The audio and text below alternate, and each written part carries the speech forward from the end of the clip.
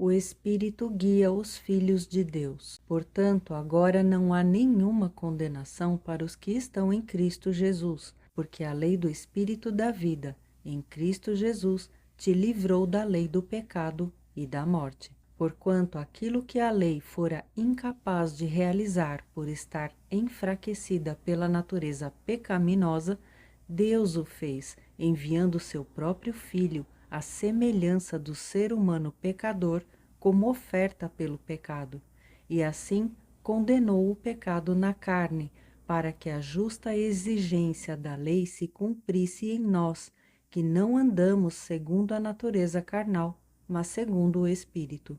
Os que vivem segundo a carne têm a mente voltada para as vontades da natureza carnal.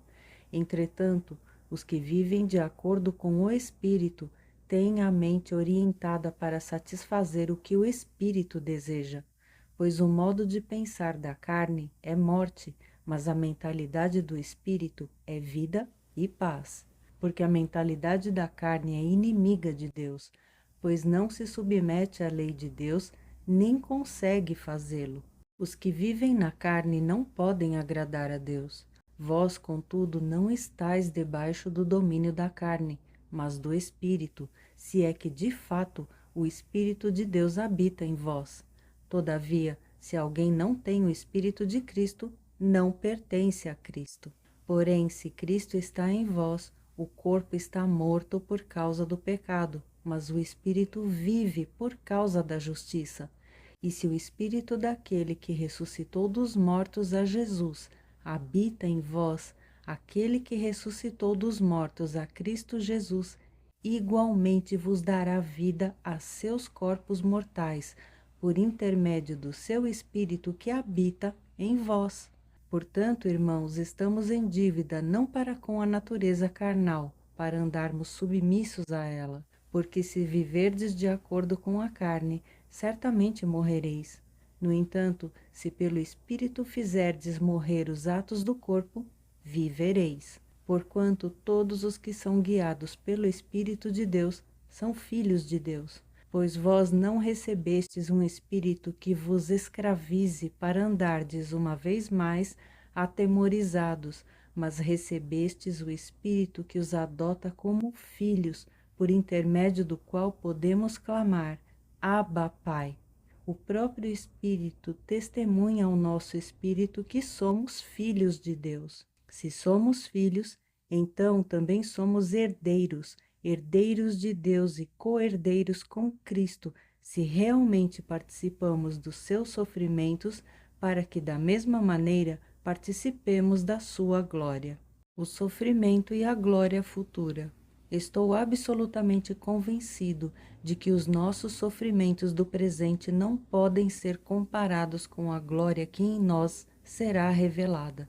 A própria natureza criada aguarda com vívido anseio que os filhos de Deus sejam revelados, porquanto a criação foi submetida à inutilidade, não por sua livre escolha, mas por causa da vontade daquele que a sujeitou, na esperança de que também a própria natureza criada será libertada do cativeiro da degeneração em que se encontra, recebendo a gloriosa liberdade outorgada aos filhos de Deus. Sabemos que até hoje toda a criação geme e padece como em dores de parto, e não somente ela, mas igualmente nós, que temos os primeiros frutos do Espírito, também gememos em nosso íntimo, esperando com ansiosa expectativa por nossa adoção como filhos, a redenção do nosso corpo.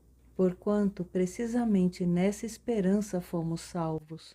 Contudo, esperança que se vê não é esperança, pois como pode alguém anelar por aquilo que está vendo? Porém, se esperamos por algo que ainda não podemos ver, com paciência o aguardamos. Do mesmo modo, o Espírito nos auxilia em nossa fraqueza, porque não sabemos como orar. No entanto, o próprio Espírito intercede por nós com gemidos impossíveis de serem expressos por meio de palavras. E aquele que sonda os corações conhece perfeitamente qual é a intenção do Espírito, porquanto o Espírito suplica pelos santos em conformidade com a vontade de Deus. Somos mais que vencedores. Estamos certos de que Deus age em todas as coisas com o fim de beneficiar todos os que o amam, os que foram chamados conforme seu plano.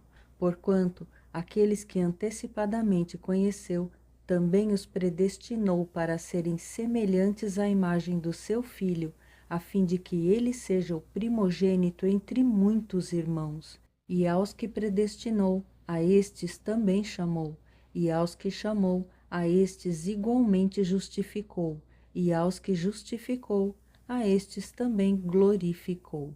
Hino de vitória, Deus é por nós. A que conclusão, pois, chegamos diante desses fatos? Se Deus é por nós, quem será contra nós? Aquele que não poupou seu próprio Filho, mas o entregou por todos nós, como não nos concederá juntamente com ele, gratuitamente, todas as demais coisas? Quem poderá trazer alguma acusação sobre os escolhidos de Deus? É Deus quem os justifica. Quem os condenará? Foi Cristo Jesus quem morreu. E mais, ele ressuscitou dentre os mortos e está à direita de Deus e também intercede a nosso favor. Quem nos separará do amor de Cristo? Será a tribulação, ou ansiedade, ou perseguição, ou fome, ou nudez, ou perigo, ou espada? Como está escrito, por amor de ti somos entregues à morte todos os dias, fomos considerados como ovelhas para o matadouro. Contudo, em todas as coisas somos mais que vencedores por meio daquele que nos amou. Portanto, estou seguro de que nem a morte, nem a vida, nem os anjos, nem demônios, nem o presente, nem o futuro, nem quaisquer poderes, nem altura, nem profundidade, nem qualquer outra criatura poderá nos afastar do amor de Deus que está em Cristo Jesus, nosso Senhor.